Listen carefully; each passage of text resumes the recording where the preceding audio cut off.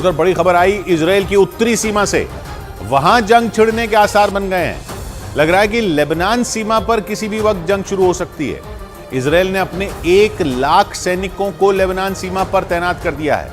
ऐसा तब हो रहा है जब इजराइल की सरकार गाजा में चल रहे ऑपरेशन को रोकने जा रही है।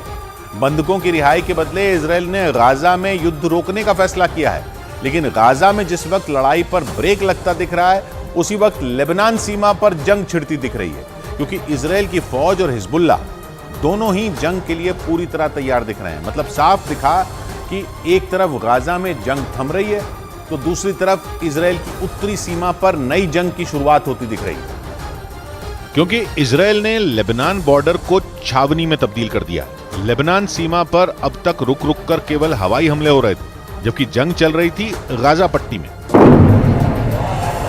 मगर अब जब गाजा पट्टी में जंग के थमने के आसार बन रहे हैं, तो लेबनान सीमा पर जंग शुरू हो सकती है। मतलब एक तरफ हमास के लड़ाकों से इजराइल का युद्ध थमेगा, तो दूसरी तरफ हिजबुल्लाह के साथ उसी वक्त युद्ध का बिगुल बज उठेगा। अब तक केवल गाजा पट्टी से ही विनाश की तस्वीरें सामने आ रही थी, लेकिन अब लेबनान में जंग की वजह से तबाही हो सकती है। गाजा पट्टी में इजराइल की फौज का ऑपरेशन शुरू होने के बाद से ही हिजबुल्लाह जंग की धमकियां दे रहा था, और अब जंग किसी भी पल छिड़ सकती है। यही बात ईरान की तरफ से भी कही गई।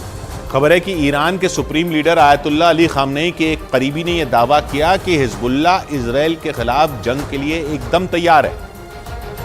मतलब जैसे ही हिजबुल्लाह ने देखा कि एक मोर्चे पर जंग रुकने जा रही है, उसने इजराइल पर बड़े हमले का प्लान तैयार कर दिया।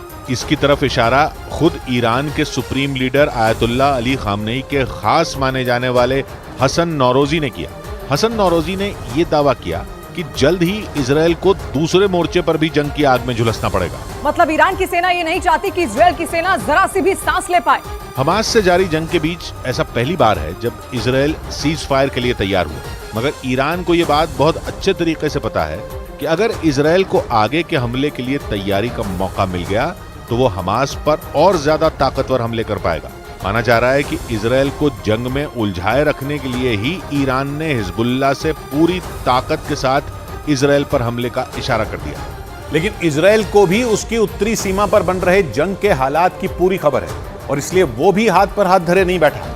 खबर है कि उसने अपने 1 लाख सैनिकों की तैनाती लेबनान बॉर्डर पर कर दी।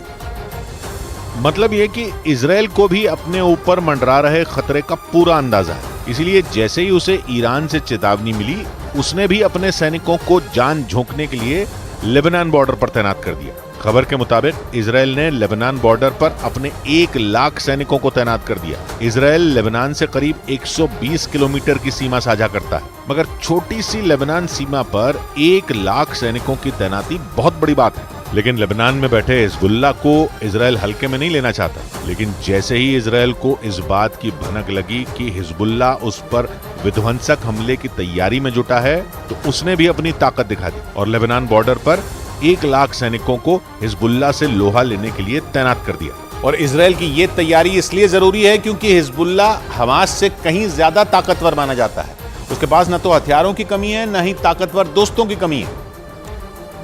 और बीते कुछ वक्त में हिजबुल्लाह ने अपनी ताकत को कई गुना बढ़ाया है, जिसमें ईरान के कई दोस्तों ने भी उसकी बढ़ चढ़कर मदद की है। लेकिन इजराइल की सेना के गाजा पर हमले के बाद हिजबुल्लाह अपनी ताकत उस तरह से बढ़ाना चाहता है कि इजराइल की सेना को घुटने पर ला सके, क्योंकि छोटी मोटी लड़ाई वो इजराइल से कई बार लड़ चुका है। और इसलिए वो इस बार अपने हथियारों के जखीरे में ड्रोन, खतरनाक मिसाइलें और एंटी शिप मिसाइलें भी जुटा रहा है, ताकि जंग के मैदान में जब इजराइल की सेना से खुलकर आमना सामना हो, तो लड़ाई आर पार की हो जाए। और खबर है कि ईरान के अलावा उसके कई दोस्त भी हिजबुल्लाह के लिए हथियारों की मदद पहुंचा रहे हैं, क्योंकि वो भी इजराइल को बर्बाद होते देखना चाहते हैं।